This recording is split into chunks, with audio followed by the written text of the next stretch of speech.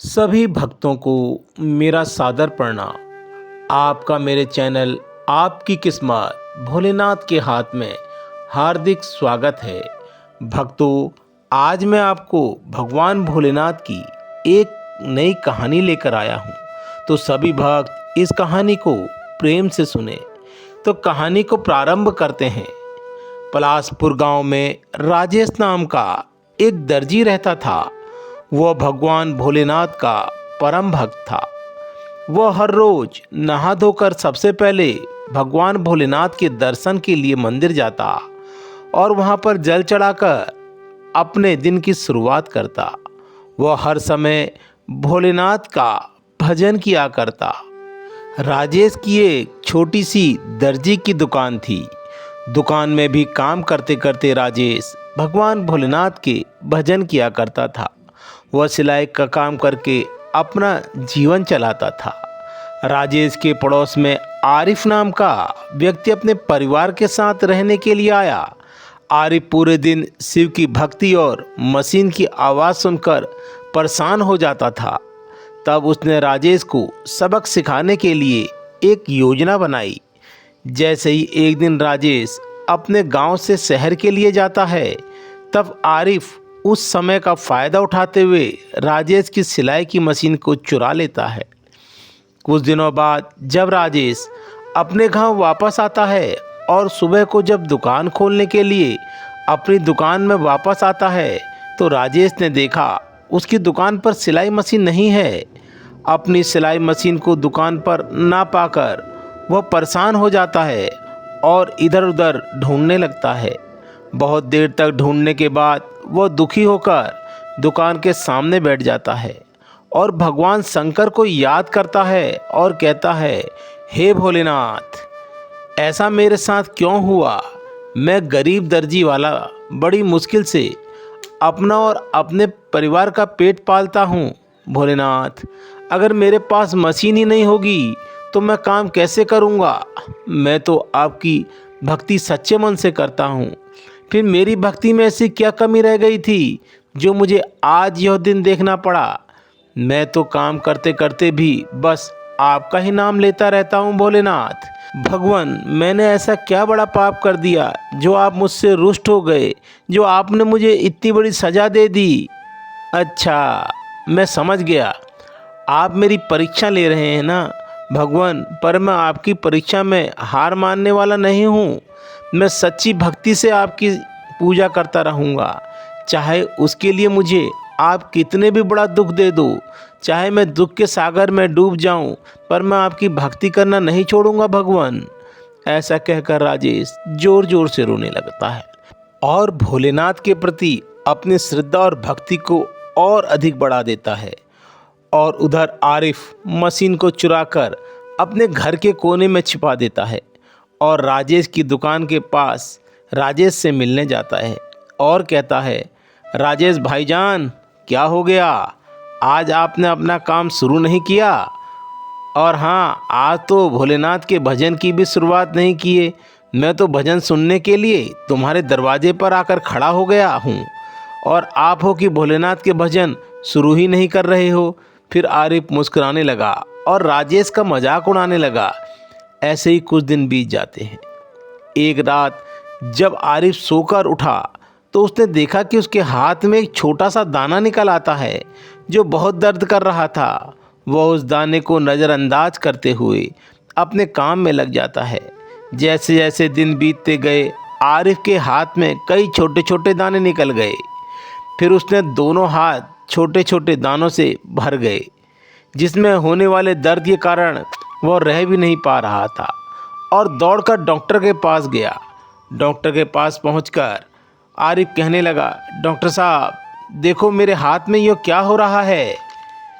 अरे, यह क्या हो गया है तुम्हारे हाथ में? डॉक्टर साहब, एक दिन सुबह उठा तो हाथ में एक छोटा सा दाना हुआ था और धीरे धीरे छोटे छोटे दाने पूरे हाथ में छाले जैसे पड़ गए हैं। फिर डॉक्टर ने आरिफ के दोनों हाथों को चेक किया और फिर उसको दवाइयाँ दी। फिर आरिफ दवाई लेकर घर चला गया।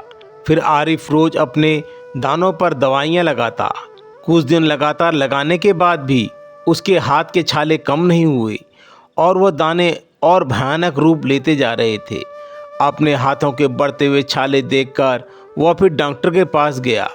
डॉक्टर साहब, मेरे हाथ के छाले तो कम ही नहीं हो रहे हैं, यह तो बढ़ते ही जा रहे हैं। डॉक्टर साहब, कुछ करो जिससे वो छाले कम हो जाएं। डॉक्टर हाथों के छालों देखकर हैरान हो गया। डॉक्टर सोचने लगा कि यह हाथ के छाले कम क्यों नहीं हो रहे हैं। आरिफ, वह छाले तो मेरी दवाई से कम हो जाने चाहिए थे, लेकिन यह फिर भी कम नहीं हो रहे हैं। मुझे तो यह कुछ और ही लग रहा है। आरिफ, मैं तुमसे जो पूछूंगा, क्या तुम मेरे सवालों का सच सच जवाब दोगे? हाँ डॉक्टर साहब, पूछो, मैं सही सही बताऊंगा। आरिफ, क्या तुमने किसी व्यक्ति के साथ कुछ गलत किया था जिसकी वजह से अल्लाह ने तुम्हें सज़ा दे रखी है? मुझे सच सच बताना, कुछ छिपाना मत। डॉक्टर के ऐसा पूछने पर आरिफ को राजेश की मशीन चुराने वाली बात याद आ गई।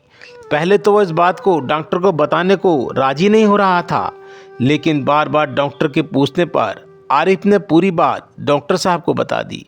फिर डॉक्टर साहब ने आरिफ को समझाते हुए कहा, देखो आरिफ, बीमारी तो डॉक्टर की दवा से ठीक हो सकती है, लेकिन कर्मों के फलस्वरूप तुम्हें ऐसी बीमारी हुई है जो किसी भी दवा से ठीक नहीं हो सकती है।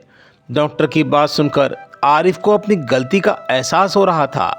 फिर घर जाकर आरिफ अपनी चारपाई में चुपचाप लेट जाता है और सोचने लगता है, क्या सच में मशीन चोरी की अल्लाह ने मुझे सज़ा दी है? यह सोचकर आरिफ मशीन वापस करने की सोचता है। फिर सोचता है कि मशीन वापस कैसे करूं। वह राजेश की दुकान पर नज़र लगा कर रखता है। जैसे ही राजेश खाना खाने अपने घर जाता है, आरिफ चुपके से मशीन राजेश की दुकान के आगे रख देता है। जब राजेश खाना खाकर दुकान में वापस आता है और दुकान के आगे अपनी मशीन को रखा देखता है तो बहुत ही खुश होता है और कहता है, मुझे पता था भोलेनाथ, आपकी कृपा से मेरी खोई हुई मशीन मुझे ज़रूर मिल जाएगी। बहुत बहुत धन्यवाद भोलेनाथ। जय हो भोलेनाथ की, जय हो भोलेनाथ की, महादेव आपकी जय जयकार हो। ऐसा कहकर राजेश सिलाई मशीन को उठाता है और अपनी दुकान के अंदर ले जाता है और भोलेनाथ का भजन करते हुए अपना सिलाई का काम दोबारा शुरू कर देता है। वह सिलाई कर ही रहा था, तभी सिलाई करते करते राजेश की आंखों के सामने अंधेरा हो गया। वह यह सब सोच ही रहा था कि तभी भगवान भोलेनाथ उसके सामने प्रकट होते हैं और कहते हैं, राजेश, तुम्हारी भक्ति और श्रद्धा को देखकर मैं बहुत प्रसन्न हूँ।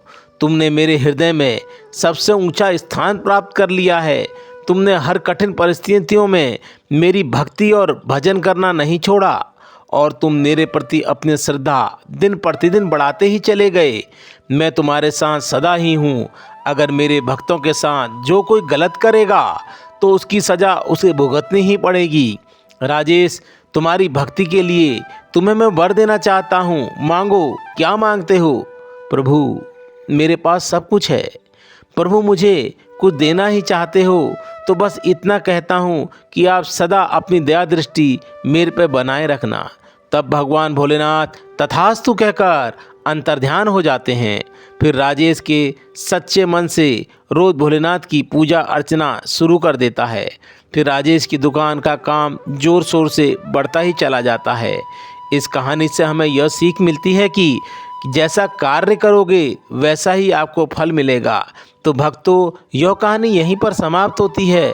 अगर यह कहानी आप लोगों को अच्छी लगे तो कमेंट्स बॉक्स में हर हर महादेव लिखना ना भूलें।